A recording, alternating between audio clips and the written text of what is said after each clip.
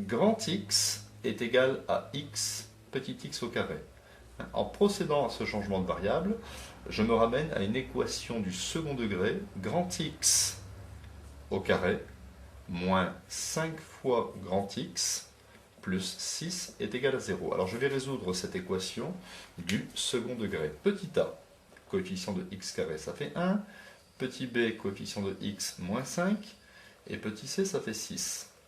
Donc le discriminant delta est égal à b carré moins 4ac, c'est-à-dire b au carré moins 5 au carré, 25, moins 4 fois 1 fois 6, soit delta est égal à 25 moins 24, delta est égal à 1. Delta vaut 1, 1 est strictement supérieur à 0, donc cette équation d'inconnu grand X admet deux solutions que je vais écrire ici. Grand X1 est égal à moins b plus racine de delta sur 2a, et grand X2 est égal à moins b moins racine de delta sur 2a. C'est-à-dire en remplaçant, l'opposé de b, ça fait 5, plus la racine carrée de 1, c'est 1, divisé par 2a, c'est 2.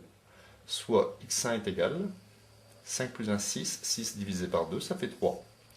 Ici, grand x2 est égal à 5 moins 1 sur 2, soit grand x2, 5 moins 1, 4, 4 sur 2 me donne 2. Ainsi, il faut que je trouve maintenant les valeurs de petit x. Alors je sais que grand x1 c'est 3, donc petit x1 au carré est égal à 3, et grand x2 c'est 2, comme grand x2 correspond à petit x2 au carré, ça fait 2. J'obtiens donc ici, pour cette équation, x1 au carré est égal à 3, deux solutions.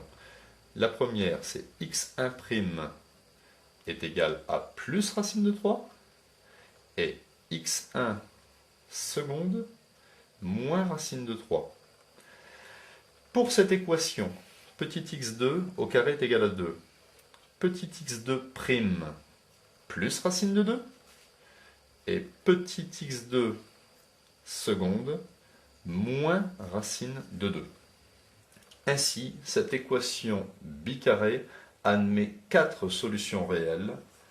Les solutions sont plus racine de 3, moins racine de 3, plus racine de 2 et moins racine de 2.